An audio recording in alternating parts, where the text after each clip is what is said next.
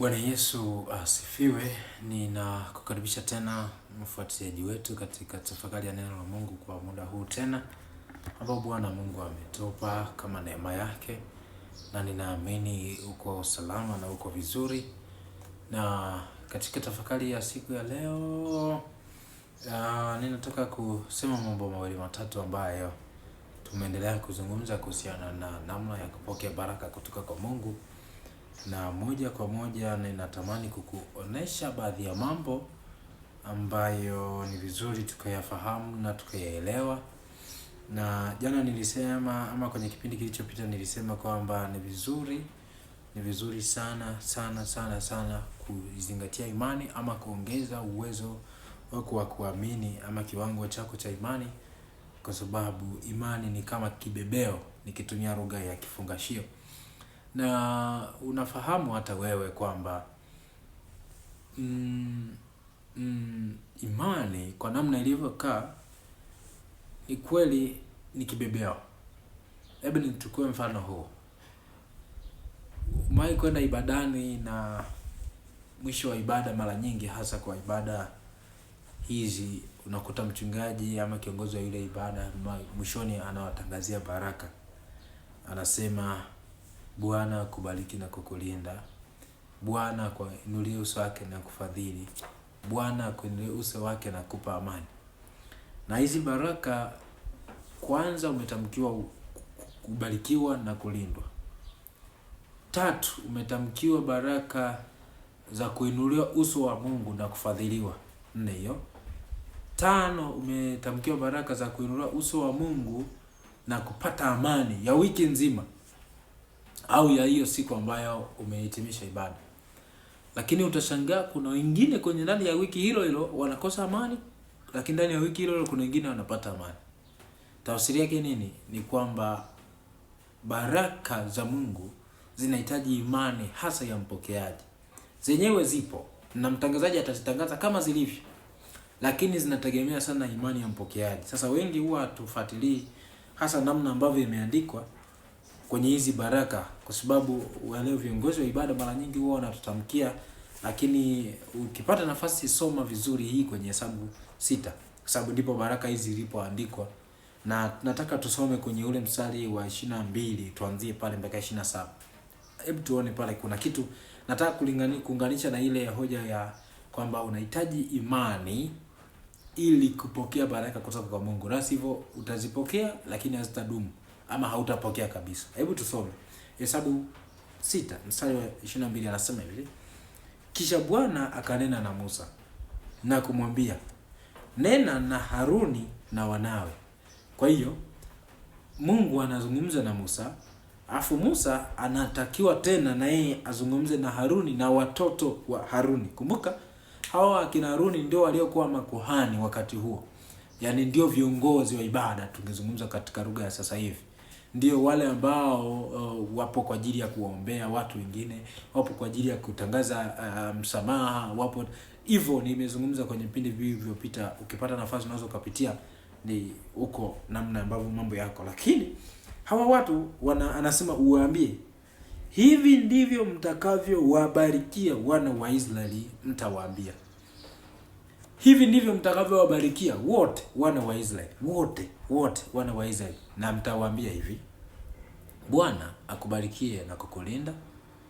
Bwana akuangazie nuru za uso wake na kukufadhili. Baraka ya 4 hiyo. Bwana akuinulie uso wake ya 5 na kukupa amani ya 6. Na ndivyo mstari wa 27 anasema ndivyo watakavyoweka jina langu juu ya wana wa Israeli, nami nitawabarikia. Kuna hoja nyingine hapo ambayo tutajifunza mbele ya kubariki kwa kuweka jina. Tutajifunza mbele. Lakini kwa sasa nataka nikuonyeshe kitu hapa. Hapa amesema ndivyo mtakavyowabarikia wote. Tuko pamoja Alafu huko anasema Bwana akubarikie. Wingi na umoja. Twende pamoja. Huku anasema mkawabarikie, mtawaambia hivi. Lakini namna baraka zote zilizotamkwa hapa, zote zimetamkiwa kwa umoja moja, yani kwa kuzingatia mtu husika. Bwana akubarikie, so Bwana awabarikie. Sio kama unanielewa. Kuna tofauti ya Bwana awabariki na Bwana akubariki. Nachotaka kuonyesha hapa ni kwamba baraka zinaweza zikatamkwa kwa wote, lakini matokeo yakatokea kwa mtu mmoja mmoja, individually. Kwa nini? Kwa sababu inategemea kiwango cha imani alichokiweka kwenye kupokea zile baraka. Ndio maana hata makanisani ukienda au kwenye nyumba za ibada mbalimbali au umeshiriki mkutano fulani, mwishoni au wakati fulani linaweza likatamkwa neno kama lile la baraka, inatamkwa baraka kubwa sana pale. Lakini wengine watapokea, kuna wengine hawatapokea. Kwa hiyo ili kupokea baraka kutoka kwa Mungu inahitaji imani kwanza ya mpokeaji. Ndio maana nikasema tumia imani kama kifungashio.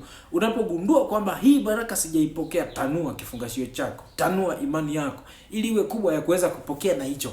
Utakapogundua kwamba kuna kingine sijapokea, tanua uwezo wako wa kupokea. Sasa namna ya kutanua tutaendelea kujifunza, lakini namna mojawapo ni kusoma neno vizuri, kwa sababu imani chanzo chake ni kusikia, na kusikia huja kwa neno. Kwa hiyo unaposoma unaongeza ule uzito na uwezo wa imani yako kubeba na kupokea. Ndio maana kuna mtu mwingine unaweza kumtamkia baraka, hata hapa naweza nikatamka baraka yoyote, alafu mwingine akapokea, mwingine asipokee. Bwana Yesu asifiwe. Kwa hiyo unapozungumza juu ya hili jambo, tunapozungumza juu ya hili, unalielewa na kulizingatia. Kama unataka baraka kweli kutoka kwa Mungu, hakikisha unatanua uwezo wako wa imani, unatanua kifungashio chako. Itakusaidia sana. Kwa sababu imani ndio itakusaidia kupokea hata haya yaliyoandikwa. Nilisema kwamba kwenye Biblia vimeandikwa vitu vingi. Kwenye Biblia vimeandikwa vitu vingi sana. Yaani zimeandikwa ahadi nyingi, zimeandikwa baraka nyingi za kupiganiwa, za kutetewa, za kulindwa, za kufanikishwa, kuwa kichwa na kadhalika. Za kutosha. Lakini kinachotofautisha kwenye kupokea haya ni imani tu peke yake. Kwa sababu ukiamini unapokea.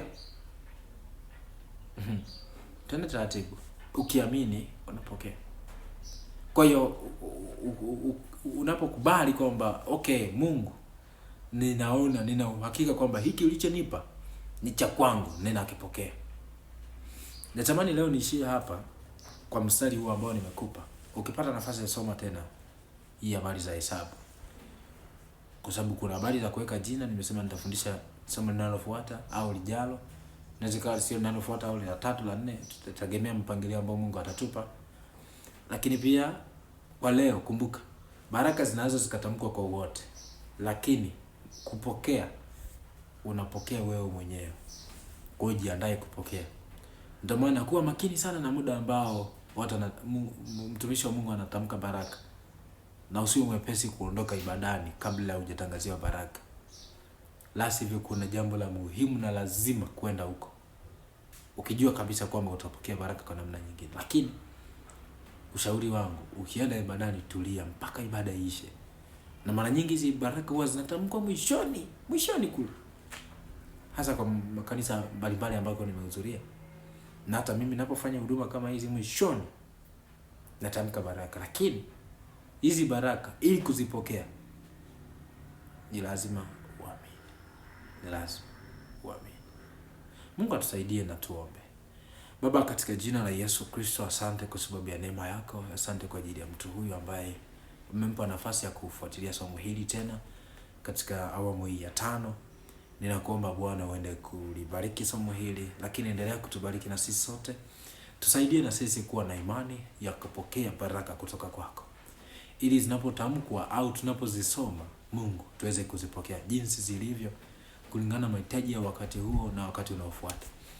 Limidio jina lako kwa sababu lina nguvu. Naam Bwana, umesema ndivyo ambavyo tutaliweka jina lako kwa watu wako. Nasi Bwana tunaliweka jina lako kwenye baraka ambazo Bwana umeziachilia kwetu, ili kwamba jina lako likaendelee kutajwa na kutukuzwa, ya kwamba Mungu wewe umefanya kwenye maisha yetu.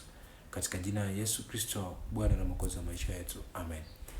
Unaweza kuendelea kuwasiliana na mimi kwa namba zifuatazo: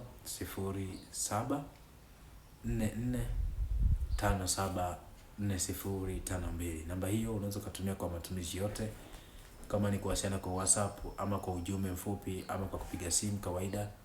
Lakini pia kama una sadaka yako Mungu amekusukuma kuachilia hapa, unafanya. Lakini kama Mungu akikusukuma kwenda kutoa mahali pengine, nimefundisha hilo somo siku ya jana au kwenye kipindi kilichopita, maana sina hakika ulitazama hii somo muda gani, lakini kwenye kipindi kilichopita nimefundisha hilo.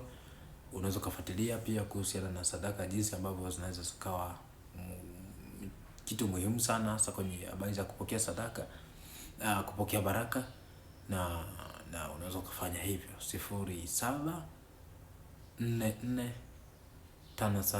0744574052, namba hiyo tuwasiliane, tuzungumze pamoja. 0744574052 kwa maombi na maombezi, tumia namba hiyo. Basi Bwana akubariki na kulinda. Bwana akuinulie uso wake na kufadhili.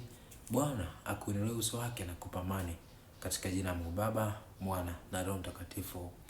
Amen. Uwe na wakati mwema.